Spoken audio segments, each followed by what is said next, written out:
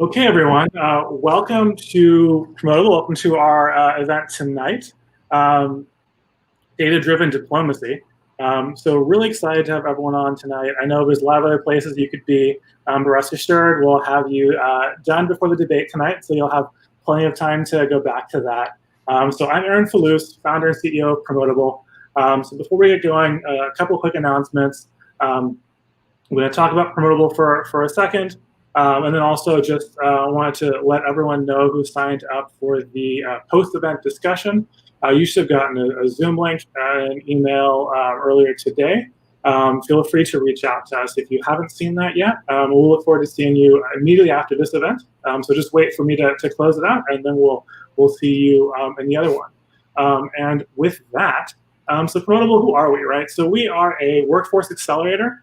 We close employer skill gaps and prepare people for high growth careers in the digital economy, really focusing on closing those data skill gaps. So in addition to events like this, which we have almost every week, we focus on bringing in practitioners who do this every single day to answer all of your questions and learn all those things that they don't tell you at work, they don't tell you at school, to help you level up, whether that's cutting through the buzzwords, learning a particular skill, or just learning about data from a different perspective. We want to bring that here to you. We want to keep doing that for free as frequently as we can. On top of that, for anyone who wants to dive deeper into data, we have part-time classes as well. These are all taught by the same practitioners who speak at our events. And these are classes designed for someone who might be good at Excel, you might be in marketing or finance, but you want to level up and go beyond Excel. And so this is for someone just like you. So that's 8 weeks long, 5 hours a week. You learn things like SQL and Tableau, a little bit of Python, and walk away with a work product you can actually show a recruiter or your boss. Anyone who's interested in that, feel free to send a note to Aaron, my name, Aaron, at promotable.io. Feel free also, our website is running in the ticker.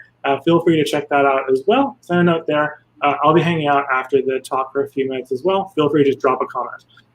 Other thing I want to mention for everyone, please feel free to put comments or questions into the chat while Chris is talking. We'll collect those and try and answer them as we go along. We want everyone to be engaged. We want you to get all your questions answered. So drop those in, and then we'll have about 10 to 15 minutes after he finishes for some brief Q&A and take it from there. And the other thing is we also do have the conversation I had with Chris a little bit earlier, which we'll be posting in a couple of days, so check that out. And you'll see everything on our YouTube channel.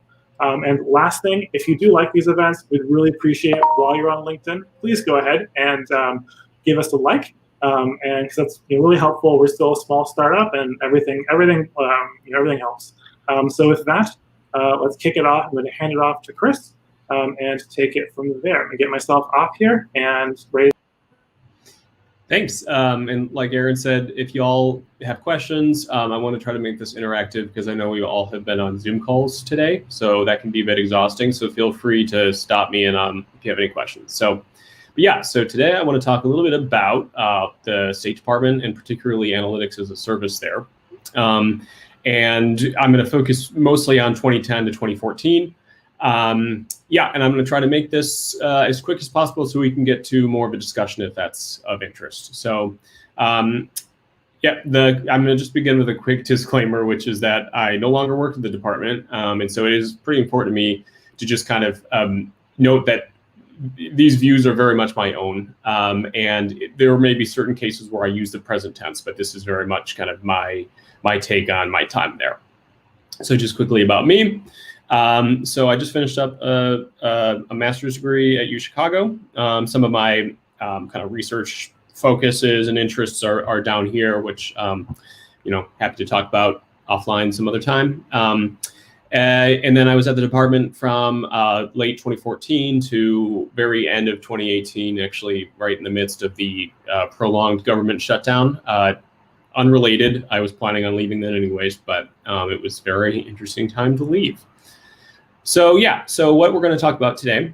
So overall, I kind of want to tell a story about how analytics as a service evolved within a super complex organization like the department. But specifically, I want to talk about how analytics has grown at the department over much of the last decade, how we built a state-of-the-art analytics team in a super restrictive bureaucratic environment. And then last, I want to give you kind of an example of how a hypothetical analytics project might run its course, how that workflow might look. So, and so again, this is less of a deep dive into a lot of the technologies and methodologies and models that we used, although I'll briefly talk about that stuff and we can talk more after.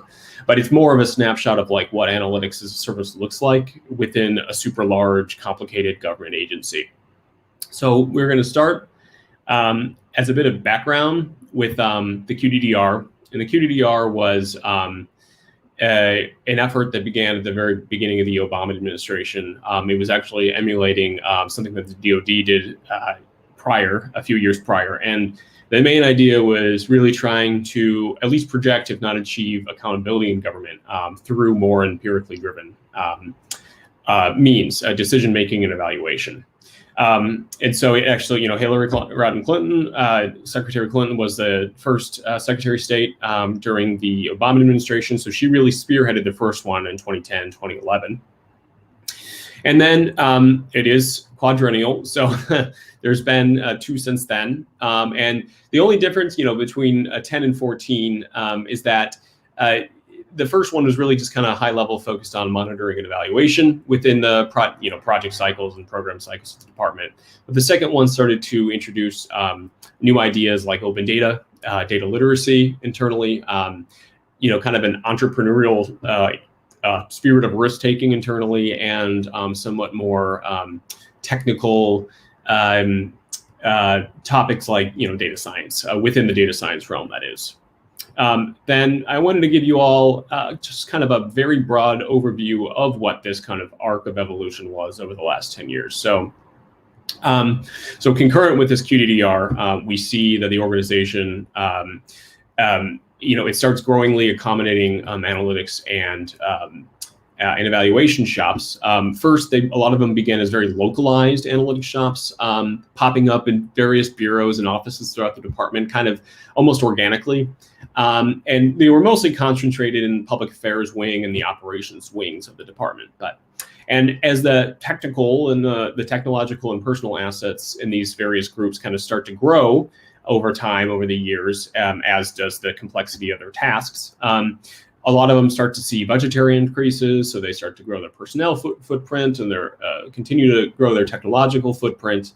And so particularly at the turn of the administration, we see a lot of budgets grow. And more and more into the Trump administration, there's more efforts to centralize analytics best practices and streamline technological resources in the form of this thing called the Center of Excellence, which we'll talk about briefly soon.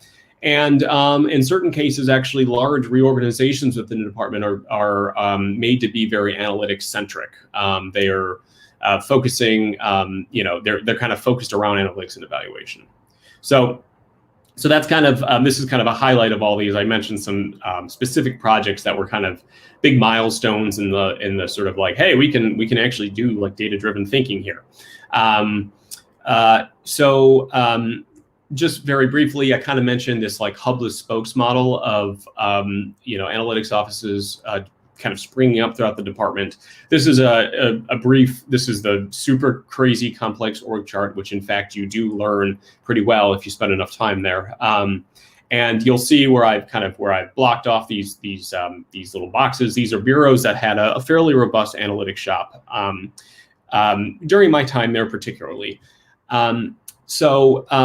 Now I want to kind of briefly talk about, there are pros and cons of this hubless spokes model. It's not all bad. I mean, it's kind of the way that government works, quite honestly. It's not always super strategic. It's some people having really good ideas and wanting to try to implement it ad hoc and things kind of picking up steam, but there are some advantages and disadvantages. So to start with the advantages of this kind of hubless spokes model within the analytics realm.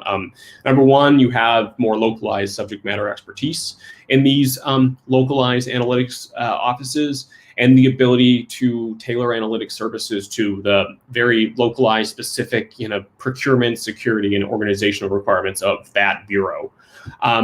So that's one thing, but the major disadvantage, and you see this all of the time in government, especially in technology, the digital government, is you have duplicative technologies and procurement efforts. So you have you have 5 bureaus individually procuring the same cloud infrastructure contract. So so you have a lot of waste there, potential for waste, which of course invites congressional and public scrutiny, and no one wants that.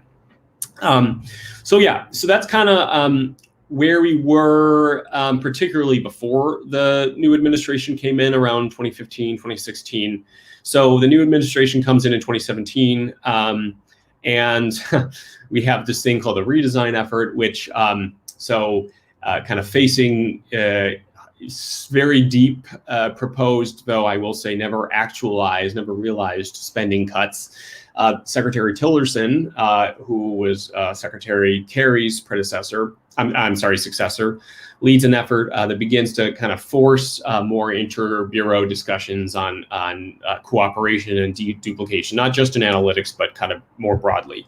Now, this is a very forgiving take on what the redesign was. You'll find a plethora of really interesting articles and I'm seeing some questions here, so I may stop for a second. But a lot of interesting articles on how the redesign may have been a waste. But anyways, focusing on the good things, that's what happened. So really quick, I do have some questions here. Hubless, the idea of hubless. So I say hubless spokes because there really wasn't any central coordinating effort, let's say at the secretary's level, or the secretary has a kind of a grouping of bureaus and offices that support him directly, which are kind of one of their main tasks is to create broader cooperation from a policy perspective or a tech perspective around the department. And so hubless, the way that, the reason they were hubless folks is because there really wasn't any mandate from there was the QDDR, which was a bit more of it was a lighter kind of suggestive prescriptive document, but there was no really mandate behind it. And so what you had is you just had a bunch of different offices springing up organically in different bureaus and offices without analytics offices, that is, without any centralized direction. So hopefully that answers that question. Let me know if it doesn't. So going back to this, so we have the redesign coming in, and all I wanted to really say about this is there are some really interesting developments for analytics. This is 2017 now, and one of the things is that it spurs the sort of these inter-bureau discussions about how to maybe for lack of a better word, achieve more synergy, how to deduplicate technologies and processes and practices, and there's a real focus on using analytics and empirically, kind of empirical first decisions to try to inform, number one, what the redesign was going to look at to target as far as maybe streamlining things, and also how to evaluate how things were going. So there's the secretary's office who's running this kind of creates this centralized center of excellence, which was a bit more of an informal effort. It actually initially had a lot of folks who were just detailed part-time from other analytics and evaluation offices to this. So it didn't have a lot of meat to it.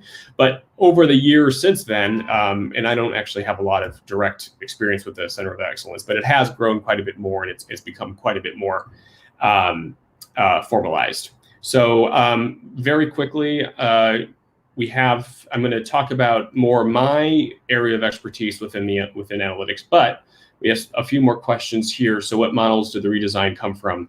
I assume you mean sort of what organizational models it came from. I'm not actually entirely sure. It was, they did bring in some management consulting groups to help lead it, although it was a politically led effort. But I can't speak too much to the specifics of kind of the philosophy behind the redesign, other than trying to find areas to basically reduce the State Department's kind of fiscal expenditures. CENTCOM and its joint analytics teams.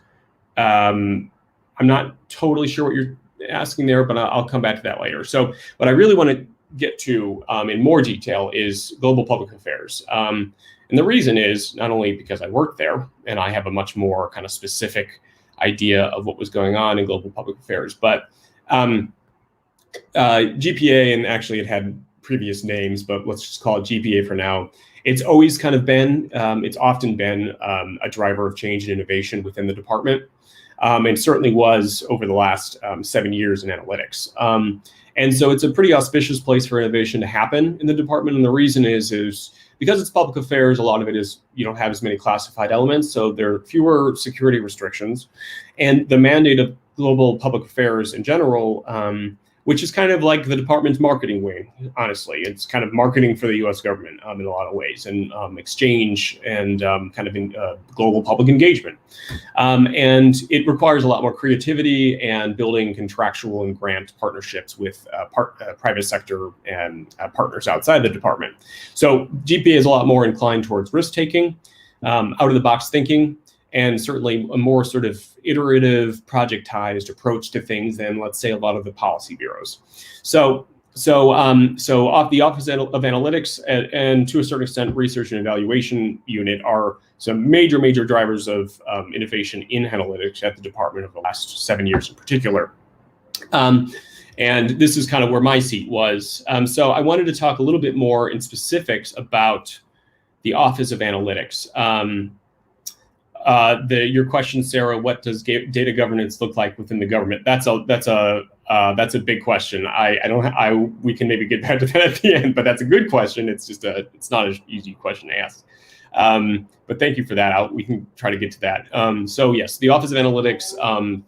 This is obviously how it was organized. Roughly, I mean, it's obviously changed over the years, but what you'll see here is a breadth of expertise.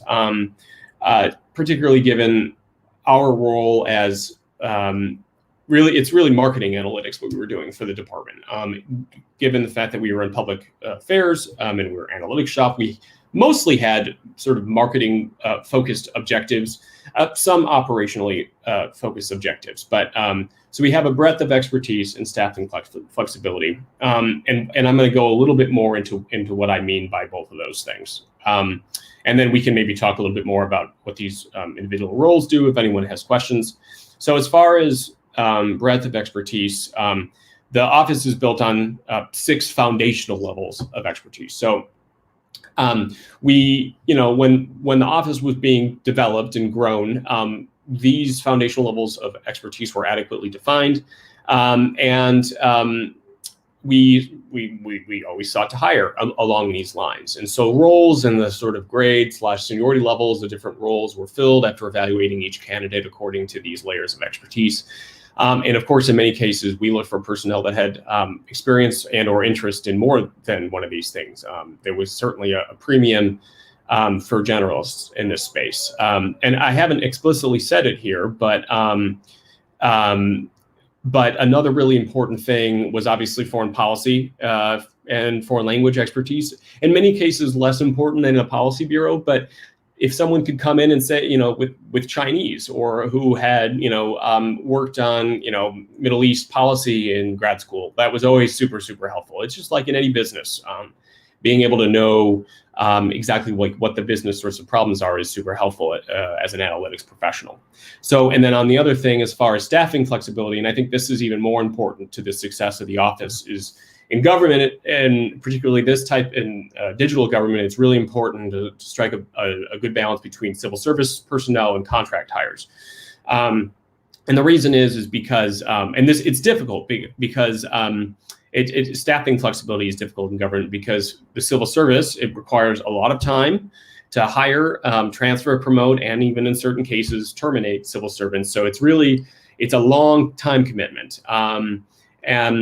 And civil servants, are really important though, because they alone can do a lot of the they can authorize, make certain budget authorizations, contracting authorization. They're the ones who have to make the strategic decisions versus contractors. So you need to have talented civil servants with management and some analytics expertise. But but to really be able to augment your staff to a field such as analytics, data science writ large, which is always evolving and changing, you really need to have a contracting vehicle that can help you scale up and scale down with as the fiscal winds and the political winds and the technology winds change.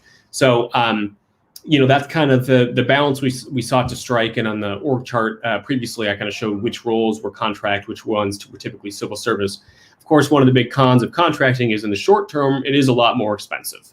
Long term, it's a little bit difficult to tell, but given sometimes the length of the career of a civil servant. So the last thing I'll say about in terms of the office specifically, and then we're going to get to a quick case study before we open up to questions, is another key to the success is our tech stack. So it really depended on us effectively procuring and or developing in-house the cloud infrastructure, the analytics tools, data pipelines, and the visualization platforms that we needed to be successful.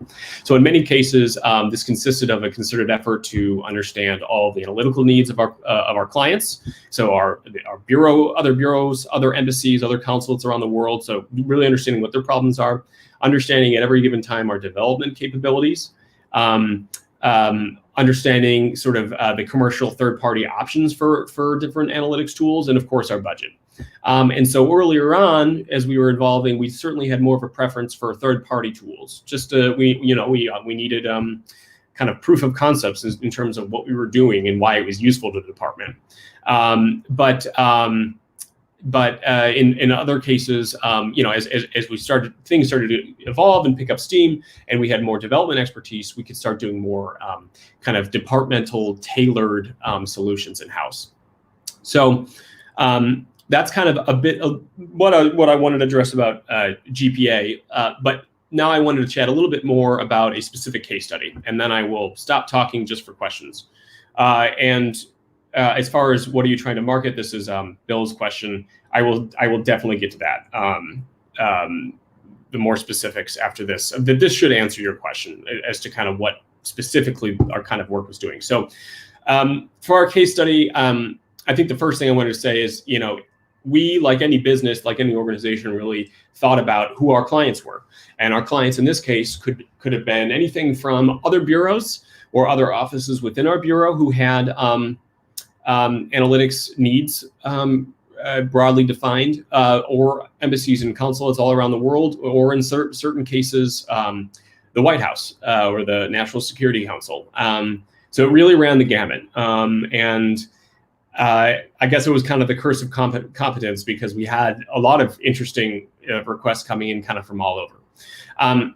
So just kind of how things were prioritized. Obviously, we have to think about how you prioritize things coming in general. We did weekly or bi-weekly sprints and kind of reevaluated once a week how we were on those, and assigned things out to team leaders who would kind of come up with their project teams for each particular request. But honestly, there were sometimes something would come in from the White House, and it was kind of it was up to the director to say, okay, this needs to be done now, and to assign out the work. And we also had sort of an internal clearance quality check process, but that also would be abridged in certain cases if it were a really quick turnaround. So I'm going to give a quick case study. Now, I've kind of I've obscured a lot of the actual names just for sensitivity reasons. I hope if we have any Lord of the Rings fans, they'll enjoy this. So I'm just going to read through this. This is a pretty detailed look. It draws from a bunch of different examples of work that we did in the past. Not one in particular, but kind of a plethora. So here's the case. So it's a climate change campaign amidst a difficult bilateral relationship. So the Secretary of State, meaning, is on a multi-country circuit around the globe to secure support for a UN climate treaty being voted on at the end of the year. So his last stop is with the Prime Minister of Gondor in its capital, Minas Tirith. Gondor and the United States have traditionally had a contentious bilateral relationship with disagreements over Gondor's human rights record in the international shipping lanes in the Bay of Belfast. Furthermore, Gondor has strong lumber and mining interests that are staunchly opposed to the climate treaty. That said, the department's Bureau of Economic and Business Affairs reports that a burgeoning green tech industry is transforming the economies of Gondor's two largest cities, Minas Tirith and Osgiliath. The Secretary wants a department-wide effort to get this treaty approved. So in our case, in the global public affairs world, this is where we jump in with an influence campaign, a marketing campaign in support of this particular foreign policy objective. So now we get to where analytics comes in. So we plug in on audience research, influence, and evaluation. So to start with audience research, and this is chronological. So anticipating the treaty push, and this was often difficult, anticipating things anytime at the department. So let's say we were able to anticipate it. So we carry out 3 sets of focus groups in Minas Tirith, Asgiliath, and rural Rohan in consultation with U.S. Embassy Minas Tirith 2 months prior to the Secretary's visit. So we were lucky enough to have 2 months. Focus group participants are recruited via third-party contractor and represent Gondorian voters in mining, tech, the media, civil society, and academia across the age spectrum. Participants discuss questions related to Gondor's role in the world, climate change, their opinions of Americans and the United States, their opinions of the rural party in Minas Tirith, etc.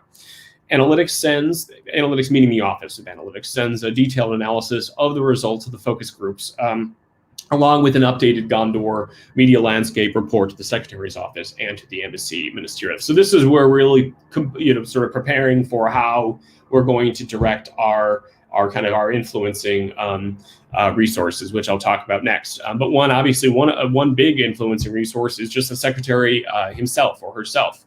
Whatever her going on the podium and saying certain things is in and of itself kind of a free influencing tactic. So on the influence side, though, a little bit more down on our level, with a detailed picture of what climate-related themes resonate with target audiences, GPA and Embassy Minas Tirith produce a cycle of content aimed at the Secretary's objectives. Content is pushed out on Embassy social media and web properties and shared with Gondorian influencers sympathetic to our cause. Certain content is flagged for paid promotion during a particular window of time and with a particular target audience. Furthermore, paid promotion is used to A/B test various versions of the same content. Finally, key audiences are invited via the department's Salesforce CRM to embassy-sponsored climate events throughout Gondor. So you'll see in this case that there's sort of there's a few different toolboxes the department may seek to use in the influence campaign. So the last thing, I promise I'm almost done talking, is the evaluation piece, which is just as important as all these other things. So this could be in-cycle evaluation or post facto evaluation. So throughout the campaign, the data science team performs recurrent topic analysis on openly available digital and social media data from within Gondor, noting significant shifts in conversation. Any likely sources of disinformation and or bot activity are flagged as well. Also, with the help of a contractor analyst with Gondorian language skills, there come the language skills, the data science team trains a Gondorian sentiment prediction algorithm that alerts the Embassy Minas Tirith social media managers of any significantly positive or negative comments with which to engage directly. The marketing leads adjust the paid campaign and cycle based on KPIs and keeps the embassy apprised of performance. Analysts monitor the embassy's dashboard and update the embassy on the performance of key social and web property content. Finally, the Secretary's team is also updated on target audience perceptions of the strip. So with that, I just wanted to very briefly conclude that, and we can go back, we can kind of hash out any of these things, but just to conclude, there has obviously been a pretty big growth in not only the influence that analytics professionals have within the department, but the receptiveness of analytics and evaluation within the department. And honestly, I would say, and I'm pretty proud to say that in general, I think as a taxpayer, I could say proud or at least relieved that the government over the last 10 years has really made a lot of good progress in being digital first and being more data driven. So with that, I will stop. I know we have a lot of questions here, but I also want to, there's Aaron. So so let me know. I can start with these questions first, Aaron, or let's go for it. Yeah, absolutely. A bunch of questions here. Let's try and answer them, and then everyone else who has more questions, drop them into the chat, and we'll hammer them out. Great. So Sarah's question on data governance within the government. So it's a broad question because there's so many different types of data and so many different different classification levels. So the advantage of where I used to be is that we seldom dealt with anything too sensitive or classified, meaning we had it was far less restrictive in terms of where we could warehouse said data, the extent to which we could do what I'm doing right now and sort of talk about broadly, the department's efforts. So there have been, I'm not probably going to give you the best answer or the most satisfactory answer, but there are department-wide initiatives to create rules for how long data should be stored. In fact, there's laws in terms of how long classified data needs to be stored, it needs to be classified and how long it needs to be stored, and how long records need to be stored. As far as the sort of data that we dealt with, which was primarily like marketing focused, social media and digital content, there actually were, I don't know if this was a law, but from the QDDR at least, there was the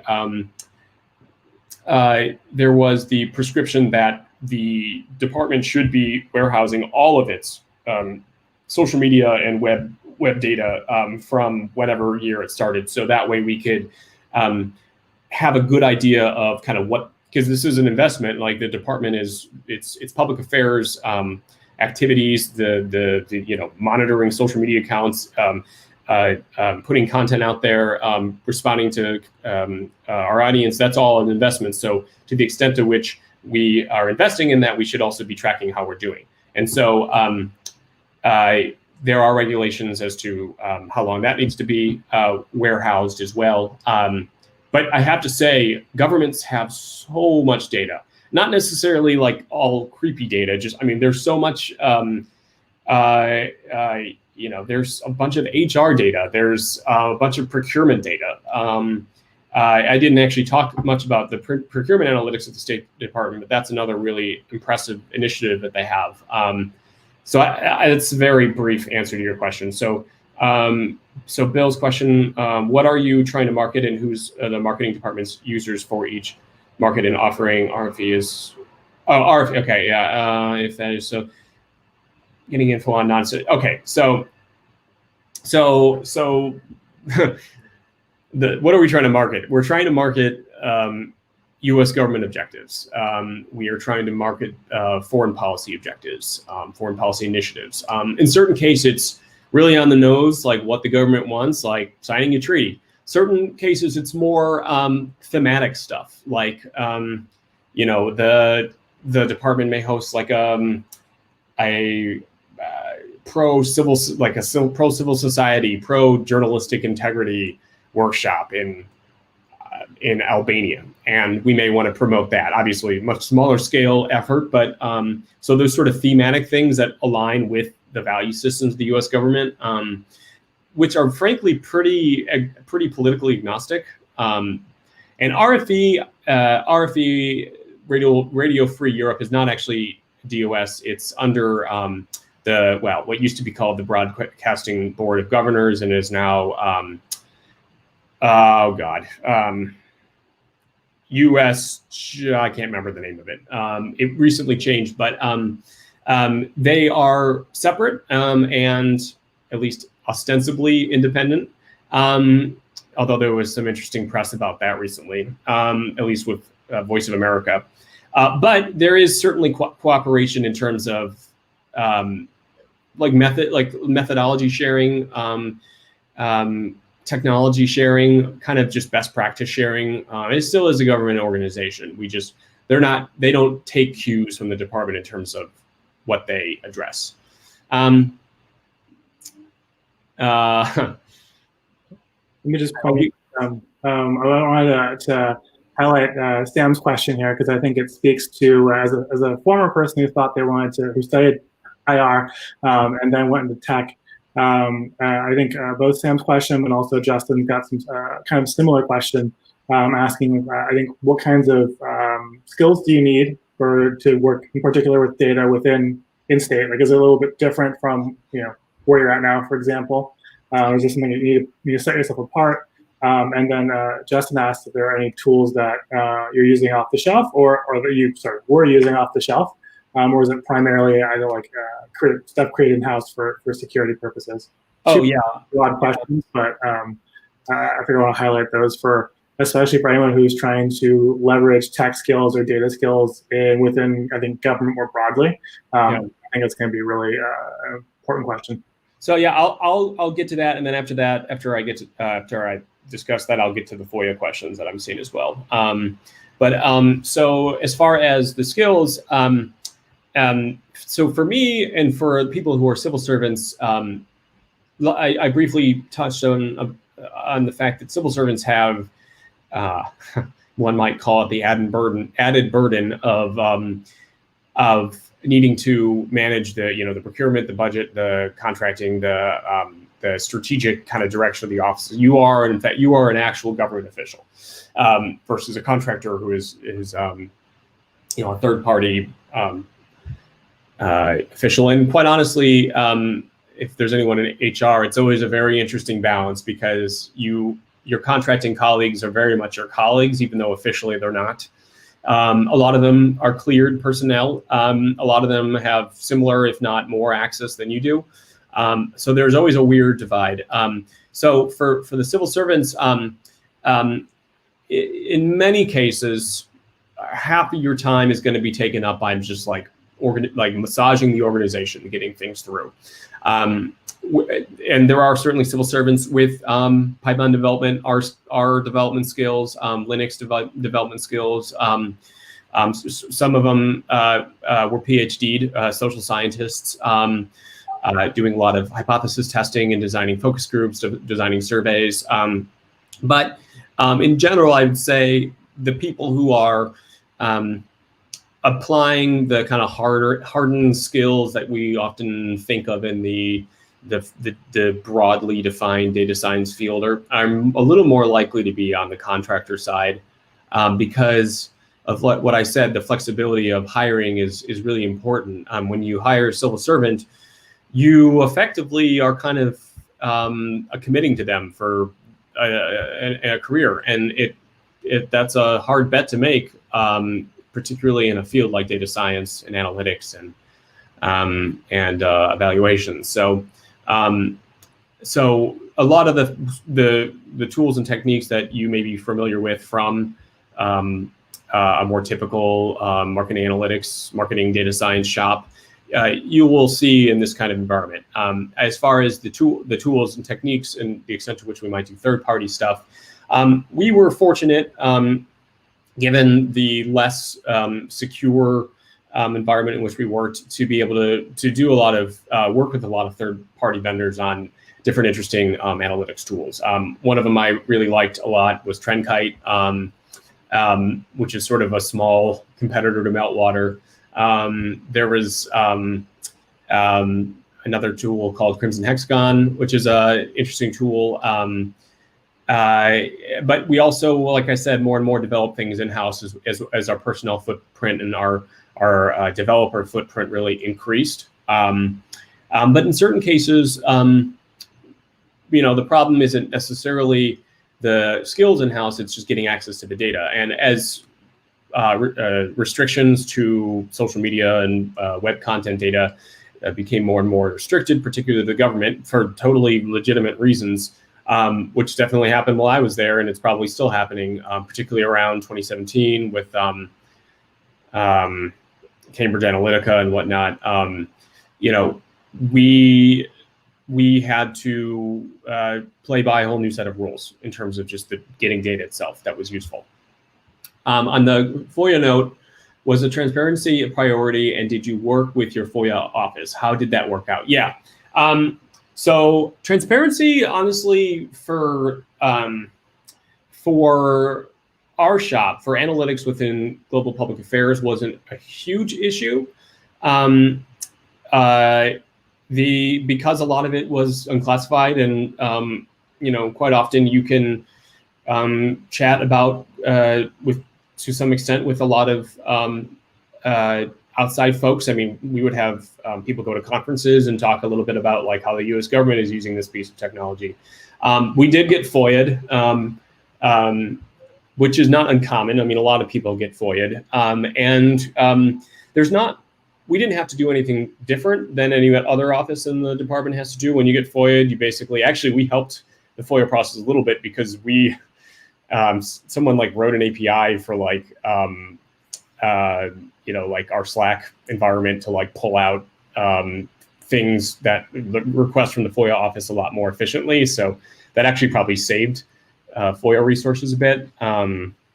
So no, not a lot of it's locked down, but at least in our world. Now, were things a little more sensitive for the procurement analytics office? Yeah, certainly, because that's like a lot of contract procurement sensitive stuff. Some of it's classified.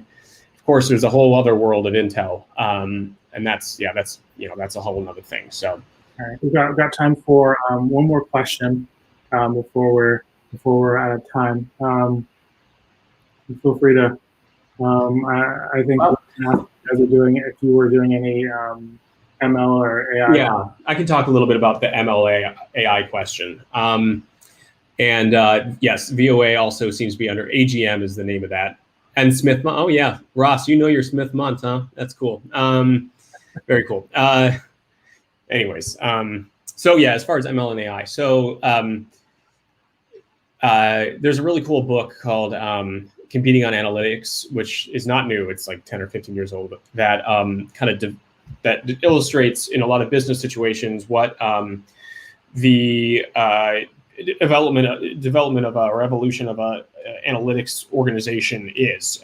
And ML very much is ML and AI is as things are, a lot of other infrastructure gets in place, only then can you really effectively use it. So that's a long way of saying we certainly started primarily in late 2015, 2016, doing a fair amount of unsupervised learning around topic analysis, using primarily open source social media and like openly available media data, digital media data. And just kind of a lot of that would be like LDA, like latent. So it's a like latent Dirichlet allocation. And other slightly less computationally heavy unsupervised methods. And that was very useful, particularly when, again, one of the most common asks was, what are people talking about? I mean, we get some officer from Embassy Riyadh being like, how do like Saudis think, or do they even care about like this initiative? So that helped a lot with that. Now, as far as the supervised learning, we also did some supervised topic prediction, particularly with respect to and I hate to call it this because it really isn't sentiment analysis, more topic analysis. A lot of our embassy officials really were interested in like when, let's say they get like 5,000 comments on a Facebook post or on a Twitter post or on a Weibo post, like how do you, because a lot of social media content managers, practitioners really prioritize engaging with their audiences. So we help them, we train a lot of models, initially fairly simple, but growingly complex as far as parameter space, as far as trying to point those officers to the sort of comments that they're interested in seeing, either because they are really positive or they're addressing certain topics that the public affairs section at the embassy really likes to engage about. So that's some ML and AI that we did. A lot of it was in the language modeling world, and some like bot analysis, which there's a lot of open source stuff. But there was a certain point where we had to kind of tell a lot of our Twitter platform managers around the world that like you don't actually have like 5 million followers. Sorry, and that's good to know. I mean, that informs how they're gonna try to engage with their audiences. So, and the book was it's called Competing on Analytics. I forgot who it's by. I think it did like a Harvard Business School. Looks like actually put it into the comments. Thomas Davenport. Yeah, it's a really great, easy read, especially if you're a nerd, on how to build analytics with an organization and the kind of the patience, frankly, that it takes, because it's not an overnight thing. You really have to build a lot of data literacy and a lot of infrastructure before you even get to the AI stuff. Yeah, absolutely. I mean, it's thinking about your stakeholders. It's different by industry. For those of us who joined you, for those of you who joined us last week, we had someone from Northwestern Medicine talking about that specifically from the healthcare space. But it is still heavily dependent on your org, and data literacy as well is huge. And then just figuring out, I mean, to your point, all the data engineering, pulling everything together, one source of truth. So a whole bunch of stuff that goes into it. Thanks everyone for putting that book into the comments, and thanks Marcus for throwing the link on there. That's it for tonight. Thanks everyone for joining. For those of you who signed up for the post-event discussion, we'll be switching to that next very shortly. Feel free to click that Zoom link, and then we'll be letting everyone in the waiting room as soon as we're able to make the switch. For everyone else, if you like this, please give us a like on LinkedIn, or give us a shout out on Twitter. Always appreciated. Again, feel free to check us out at promotable.io, and shoot us over a note, hello@promotable.io. And with that, thanks again for coming. I told you I'd have you done before the debate, and we are done. So thanks again, guys. I'm Aaron, and I hope to see you guys next time. Next week, we have another conversation. This time it's going to be about learning about how we customize promotion or personalize promotions. So we're going to be talking to someone who is a VP, formerly vice president at Nielsen. So really interesting about how do you personalize products, and we'll be going through some case studies about that. So feel free to join us for that, and we'll have other stuff coming up as well. So stay tuned. Look for our emails, and we'll hope to see you next time. Thank you. Thanks.